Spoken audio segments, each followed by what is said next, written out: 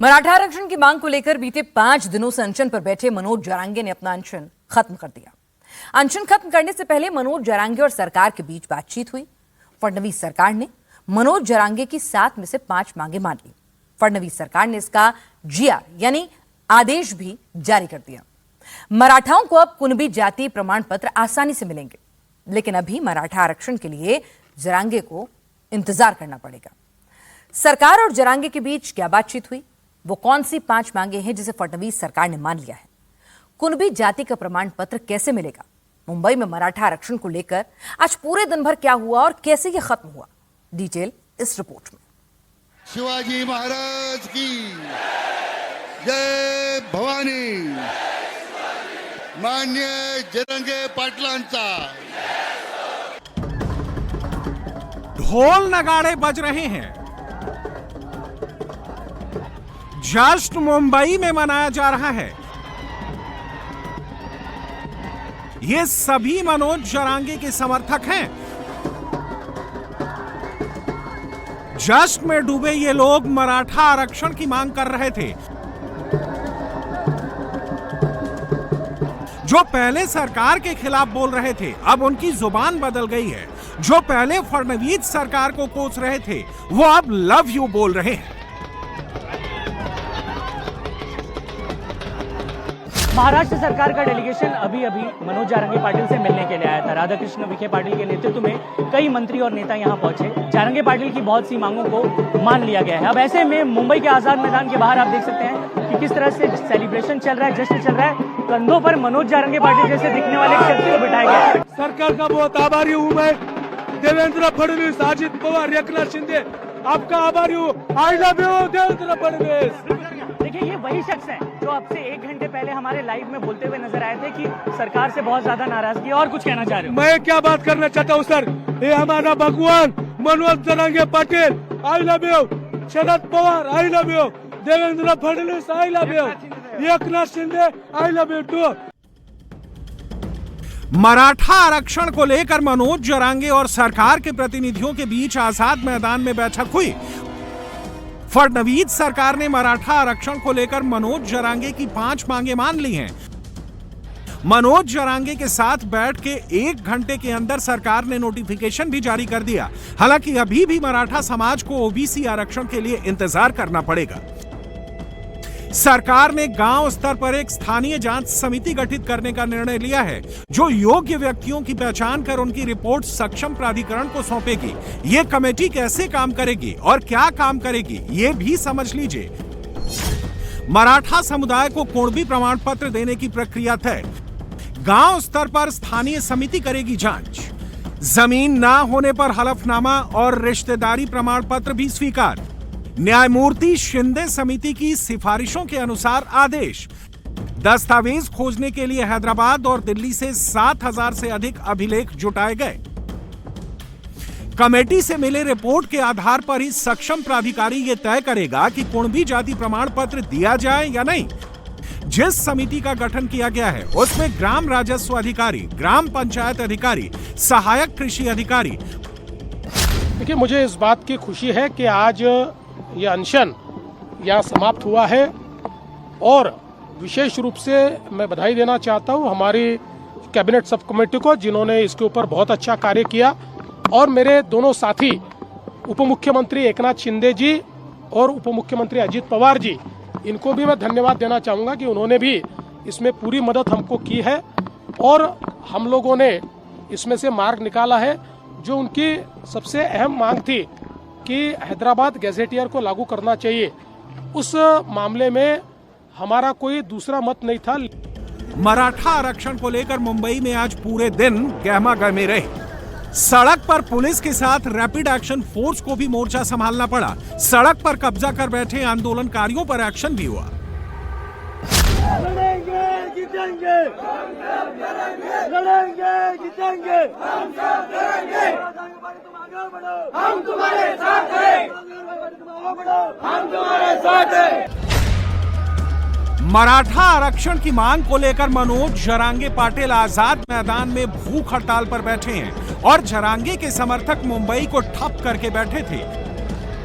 आजाद मैदान हो या फिर आजाद मैदान के चारों तरफ का इलाका, CST railway station, Navi Mumbai, church gate हो, सड़क पर जरांगे के समर्थकों ने कब्जा कर लिया था। सड़क पर गाड़ियों को पार्क कर आंदोलनकारियों ने उसे अपना घर बना लिया था। मुंबई की सड़कों को आंदोलनकारियों से खाली कराने की डेडलाइन से पहले ही पुलिस का एक्शन शुरू हो गया।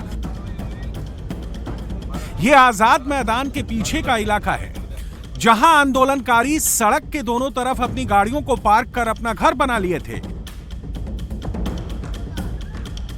इसके बाद मुंबई की सड़कों को खाली कराने के लिए रैपिड एक्शन फोर्स और क्रेन के साथ पुलिस के एक बड़े अमले को मोर्चा संभालना पड़ा। चलांच्या कारवाया चालू केलेल्या आहेत, पुन्हा वैयक्तिक दंड बसतील तुम्हाला अननेसेसरी। आम्हाला काही इच्छा नाही आहे। चला कुठे रे, बोलवा लवकर। मुंबई में फिलहाल 40,000 आंदोलनकारी मौजूद हैं। मुंबई में करीब 5,000 से ज्यादा गाड़ियां आंदोलनकारियों को लेकर आई हैं। कोई पिकअप वैन के साथ आया था, तो कोई छोटा हाथी लेकर आया था, तो कोई ट्रक के साथ आया था। हाई कोर्ट का आदेश था तो पुलिस को एक्शन लेना ही था। आजाद मैदान के बाहर ये पिछला हिस्सा है आजाद मैदान का, और वहां पुलिस की टीम पहुंची है, पुलिस के लोग पहुंचे हैं और जो यहाँ पे प्रदर्शनकारी हैं उनसे गुजारिश कर रहे हैं कि आप गाड़ियों को जो वो सड़कों से हटाएं।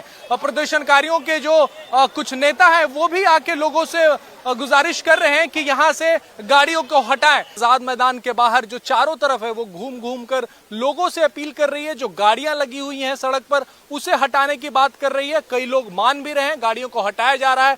पुलिस उनसे कह रही है कि इन गाड़ियों को हटाएं और मुंबई की सीमा से बाहर ले जाएं, या तो नवी मुंबई में लगाएं या फिर आप इसे मीरा भयंदर की तरफ ले जाएं, लेकिन मुंबई में इन गाड़ियों को ना लगाएं। डीसीपी रैंक के अधिकारी हैं जो लगातार अनाउंस कर रहे हैं, लोगों से बात कर रहे हैं, लोगों को बता रहे हैं कि आप यहां से निकले, और बड़ी टुकड़ी लेकर साथ में पुलिस के अधिकारी चल रहे हैं। ये सीएसटी टर्मिनल के बाहर की तस्वीरें हैं, जहां सड़क पर आंदोलनकारियों का कब्जा है। सीएसटी के बाहर सड़क पर ही दोनों तरफ आंदोलनकारी अपनी गाड़ियों को पार्क करके रखे हैं, जिसके कारण आम मुंबई वासियों को काफी दिक्कतों का सामना करना पड़ा। पुलिस यहां भी आई, आंदोलनकारियों से सड़क को खाली कराया गया। सड़क किनारे मौजूद आंदोलनकारियों की एक एक गाड़ियों को मुंबई से बाहर भेजा गया। यहाँ Chhatrapati Shivaji Maharaj terminus railway station या फिर बीएमसी के आसपास के जो इलाके हैं, इन सभी जगहों से गाड़ियों को निकालने का काम शुरू किया गया है। जो 2 साइड की लेन थी उसे अब नॉर्मल कर दिया गया है। यहाँ पर रूटीन ट्रैफिक डाइवर्ट हो रहा है। वहीं आज़ाद मैदान और उसके पीछे के इलाके में, यानी कि जो मुंबई के पीछे की तरफ का इलाका है, आज़ाद मैदान का परिसर है, वहाँ से भी अब गाड़ियों को एक एक कर निकाला जा रहा है। यहाँ पर पुलिस की एक टीम बैरिकेटिंग लगाकर खड़ी है और जो मराठा आंदोलनकारी हैं वो भी यहाँ पर मौजूद हैं। उनकी तरफ से भी लगातार अनाउंस किया जा रहा है और एक एक कर गाड़ियाँ यहाँ से बाहर निकल रही हैं। ये रास्ता सीधे पीछे आज़ाद मैदान की तरफ जाता है। आज़ाद मैदान में भी जो गाड़ियाँ खड़ी की गई थी वहाँ भी अब पुलिस की टीम तैनात की गई है और वहाँ से भी जो निर्देश दिए गए थे कि मुंबई का ट्रैफिक बिल्कुल साधारण होना चाहिए, जैसे पहले था वैसा होना चाहिए, उसी के तहत यहाँ पर अब कार्रवाई की जा रही है। सीएसटी के बाहर की सड़क बंद हो गई। आंदोलनकारी बड़ी बड़ी गाड़ियों के साथ यहां पहुंचे थे। आंदोलनकारी पूरी तैयारी के साथ आए थे। गाड़ियों के ऊपर वाटरप्रूफ टेंट लगाया गया था ताकि बारिश भी आए तो कोई दिक्कत ना हो। आंदोलनकारी अपने साथ कई दिनों तक का खाना भी लेकर आए। मराठा आरक्षण के नाम पर आंदोलनकारी किसान आंदोलन पार्ट 2 की तैयारी में थे। पूरी मुंबई को ठप करने की कोशिश थी। अब जब पुलिस इन्हें मुंबई से बाहर निकाल रही है तो हालात देखिए, सड़क पूरी तरह से ब्लॉक हो गई है। मुंबई की सड़कों से आंदोलनकारियों को हटाना, वो भी बिना लाठीचार्ज किए, बल प्रयोग किए, ये एक बड़ा टास्क था। अगर पुलिस बल प्रयोग करती तो आंदोलनकारी भड़क सकते थे। पुलिस समझाने की कोशिश कर रही है कि आप यहाँ से गाड़ियां हटाई जाएं। हम आगे चल के और इसी तरह से दिखाने की कोशिश कर रहे हैं कि यहाँ की जो सड़क थी कुछ खाली हो गई है।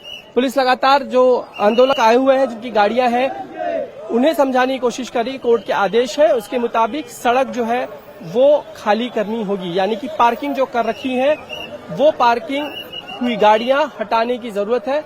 और अब पुलिस जो है हर एक को समझाकर यहाँ से निकालने की कोशिश कर रही है, यहाँ से हटाने की कोशिश कर रही है। आजाद मैदान और सीएसटी टर्मिनल ही नहीं बल्कि बीएमसी के आसपास भी आंदोलनकारियों ने कब्जा जमा लिया था। बीएमसी के सामने से गुजरने वाली सड़क भी बंद हो गई थी। आंदोलनकारी सड़क किनारे ना सिर्फ अपनी गाड़ियों को पार्क किए थे बल्कि तंबू भी गाड़ चुके थे, जिसे प्रशासन ने उखाड़ दिया। एलईडी हटा रहे हैं आप लोग आए? हाँ, से? हाँ, पुलिस के आदेश की बात। हाँ। कोर्ट ने जो आदेश दिया, अभी कहाँ लेके जाएंगे ये सब? क्या एलईडी? स्क्रीन एलईडी तो मुंबई का ही है। अच्छा, यहीं पे रहेगा, ठीक है। लेकिन यहाँ से अभी आप लोग सब निकाल रहे हैं, यहाँ से खाली किया जा रहा है। ये देखिए सारी गाड़ियाँ हटाई। गाड़ियाँ लाई थी आप लोगों ने? लाई थी ना। तो अभी निकाल रहे हैं यहाँ से? नहीं निकालेंगे, थोड़ा बाहर लाएंगे। कहाँ लेके जाएंगे? थोड़ा बाहर सिटी के बाहर जाएंगे, लेकिन घर नहीं जाएंगे। जब तक हमारी मांगे पूरी नहीं होगी, दूसरे शहर की आरक्षण देंगे तब तक घर जाएंगे। अब 15 दिन हो गए तो इधर रहेंगे, महीना होंगे तो नहीं जाएंगे, घर तो नहीं जाएंगे, खाली वाशे पे लाएंगे। लेकिन आजाद मैदान के बाहर पुलिस एक्शन होने पर, आंदोलनकारियों की गाड़ियों को हटाए जाने पर थोड़ी देर के लिए माहौल गर्म हो गया। आंदोलनकारियों ने पूरी तरह से सड़क को ब्लॉक कर दिया और नारेबाजी करने लगे। पुलिस और प्रदर्शनकारियों के बीच तीखी नोकझोंक भी हुई। इसके बाद रैपिड एक्शन फोर्स को मोर्चा संभालना पड़ा। जब आंदोलनकारी अड़ गए तो फिर पुलिस ने गाड़ियों का चालान काटना शुरू कर दिया। दर 2-2 तासाला चलानच्या कारवाया केल्या जाणार आहेत, दर 2 तासाला। त्याच्यामुळे लवकर गाड्या काढा, पोलिसांना कारवाया कराव्या लागतील, त्याच्यापेक्षा गाड्या काढा। दर 2 तासाला कारवाई होईल। 1,500 रुपयाचा फाईन बसतो नो पार्किंगचा मुंबईत। मुंबईचे नियम 2 दिवसात 20,000। एक तरफ पुलिस हाईकोर्ट के आदेश का पालन कर रही थी, मुंबई की सड़कों को आंदोलनकारियों के कब्जे से खाली करा रही थी, तो आजाद मैदान में मनोज जरांगे पाटिल मराठा आंदोलन को लेकर रणनीति बना रहे थे। ये आजाद मैदान है जहां पर पिछले 6 दिनों से यहां पर आंदोलन चल रहा है और यहीं सामने मंच पर मनोज जरांगे पाटिल है जो अनशन कर रहे हैं और उनके ठीक सामने जो उनके हजारों कार्यकर्ता है वो यहां पर बैठे हैं। हर दिन प्रतिदिन मनोज जरांगे पाटिल की तरफ से दिन में 2 बार ब्रीफिंग दी जाती है, सुबह के वक्त और शाम के वक्त। जरांगे को आजाद मैदान में 29 अगस्त को आंदोलन करने की इजाजत पुलिस ने दी थी, लेकिन जरांगे मराठा आरक्षण के नाम पर अनशन पर बैठे। जरांगे के अनशन का आज 5वां दिन है। लेकिन जब मुंबई की सड़कें ठप हो गईं, मुंबई की सड़कों पर आंदोलनकारियों पर अभद्र टिप्पणी करने का आरोप लगा, तो हाईकोर्ट सख्त हो गया और मुंबई की सड़कों को खाली करने का आदेश दे दिया। तो वहीं पुलिस ने जरांगे को आजाद मैदान खाली करने का नोटिस थमा दिया। एक तरफ पुलिस कोर्ट के आदेश का पालन कर रही थी, तो दूसरी तरफ सरकार के प्रतिनिधि मराठा आरक्षण के ड्राफ्ट के साथ आजाद मैदान में मनोज जरांगे पाटिल के साथ मीटिंग कर रहे थे। अब ये भी जान लीजिए, मराठा आंदोलन का झंडा बुलंद करने वाले जरांगे कौन हैं? मनोज जरांगे पाटिल मूल रूप से महाराष्ट्र के बीड जिले के रहने वाले हैं। मनोज 2011 से मराठा आरक्षण के आंदोलन में सक्रिय हैं। 2014 में इन्होंने छत्रपति संभाजीनगर में डिविजनल कमिश्नरेट के खिलाफ मार्च किया था। 2015 से 2023 के बीच मनोज जरांगे ने 30 से ज्यादा आंदोलन किए। 2021 में इन्होंने जालना जिले के साष्टा पिपल गांव में 90 दिनों की हड़ताल की थी।